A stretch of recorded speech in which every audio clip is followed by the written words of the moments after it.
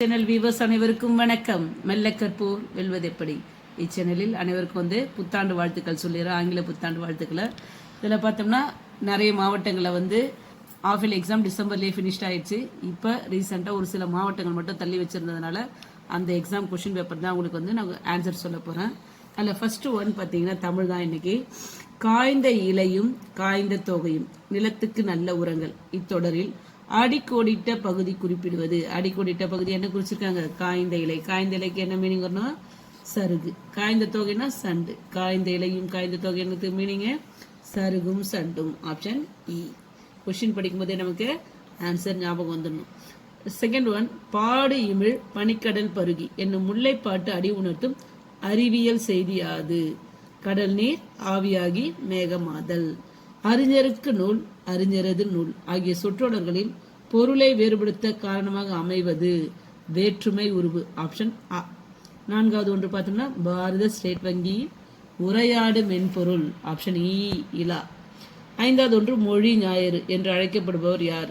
டக்குன்னு மொழி ஞாயிறு சொன்னோடனே நமக்கு ஞாபகம் வர வேண்டியது தேவநேய பாவாணர். ஆப்ஷன் ஈல இருக்கு. அடுத்தது சிக்ஸ்த் ஒன் அருளை பெருக்கி அறிவை திருத்தி மருளை அகற்றி மதிக்கும் தெருளை. இப்பாடலுடைய பொருள் பார்த்தீங்கன்னா கல்வி. ஓகேங்களா? செவன்த் ஒன் மலர்கள் தரையில் நழுவும் எப்போது?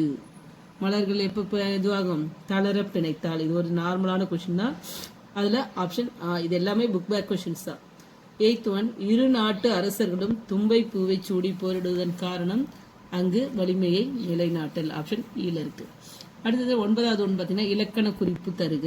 வரு புனல். இது நீங்க புக் பேக்ல படிச்சிருக்க மாட்டீங்க. இது எக்ஸ்ட்ரா உள்ள இருந்து கேட்ட கொஸ்டின். இது கொஞ்சம் யோசிச்சு போட்டீங்கன்னா கரெக்டா போடலாம். வரு புனல் முக்காலங்களை உணர்த்தினா அது என்ன தொகை? அது வினைத்தொகை. அதோட ஆன்சர் வினைத்தொகை. வரு புனல் வருகின்ற புனல் வரும் புனல் சொன்னா அது வினைத்தொகை. அடுத்தது 10வது மேன்மை தரும் அறம் என்பது கைமாறு கருதாமல் அறம் செய்வது.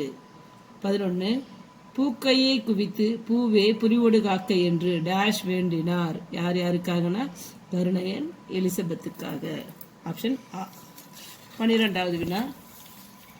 இதுல பாடலை கொடுத்துட்டு உங்களுக்கு அதுல ஆன்சர் கேட்பாங்க. கொஸ்டினை படிச்சிங்கனாலே ஓரளவுக்கு தெரிஞ்சிடும். இதுல வன்மை இல்லை போர் வடுமை. அடுத்தது இன்மையால் திண்மை இல்லை நேர்நெழுக இன்மையால் உண்மை இல்லை பொய்யுரை இல்லாமையால் வெண்மை இல்லை பல்கேள்வி மேவலால். இந்த பாடலை கொடுத்துட்டு இந்த பாடல் எதில் இடம்பெற்றதுன்னு கேட்பாங்க. 12வது கொஸ்டின் படிச்சு பாருங்க. இவ்வடிகள் இடம்பெற்றுள்ள எதுகை சொற்கள் எடுத்தது. எதுகைனாலே இரண்டாம் எழுத்து ஒன்றி வருவதுதான் எதுகை. நல்லா ஞாபகம் வச்சுங்க. இரண்டாம் எழுத்து ஒன்றி வருது. இந்த ஆப்ஷன்ல இரண்டாவது எழுத்து எதில் சேமா இருக்குன்னு செக் பண்ணுங்க. அதில் ஆப்ஷன் இ. அதுதான் உண்மை வெண்மை. இரண்டாம் எழுத்து முணுசுழின்னு வெண்மையிலே முணுசுழின்னு. இதுதான் எதுகை சொற்கள். டக்குன்னு பார்த்த உடனே போடலாம். மற்றது எதுவும் இரண்டாம் எழுத்து ஒன்றி வர மாதிரி அவங்க கொடுக்கல. அடுத்த கொஸ்டின் 13 பாடலின் மோனை சொற்களை குறிப்பிடுக. மோனையோட கண்டிஷன் முதல் எழுத்து ஒன்றி வருவது மோனை. இதுல 2 ஆப்ஷன் ஒரே மாதிரி கொடுத்துருக்காங்க. இது பிரிண்டிங் மிஸ்டேக்காகவும் இருக்கலாம். இதுல பார்த்தீங்கன்னா வன்மை வெண்மை வன்மை வெண்மை கொடுத்துருக்காங்க. இதுல வா அந்த வா வரிசை ஒன்றி வருவதனால இந்த மோனை சொற்கள் பார்த்தீங்கன்னா 2 ஆப்ஷன்ல எதை போட்டிங்கனாலும் உனக்கு மார்க் கொடுத்துருவாங்க. அடுத்தது ரெண்டுமே ஒரே வார்த்தை தான். அதனால எதை போட்டாலும் மார்க் உண்டு. 14வது புகழுரை பிரித்து எழுதுக. புகழ் கூட்டல் உரை ஈஸியாக பிரித்து எழுதலாம். இப்பாடல் இடம்பெற்றுள்ள நூல் எதுனா கம்பராமாயணம். இதுவரை கரெக்டாக போட்டிங்கன்னா 15 மார்க் அசால்ட்டாக எடுத்துகிட்டு போயிடலாம். 1 மார்க் நல்லா தரவாக இருப்பீங்க. மீண்டும் ஒரு முறை ரிவிஷன் பண்ணிங்கன்னா இன்னும் ஈஸியாக பப்ளிக்கில் கண்டிப்பாக 15 out of 15 எடுக்கலாம். நன்றி.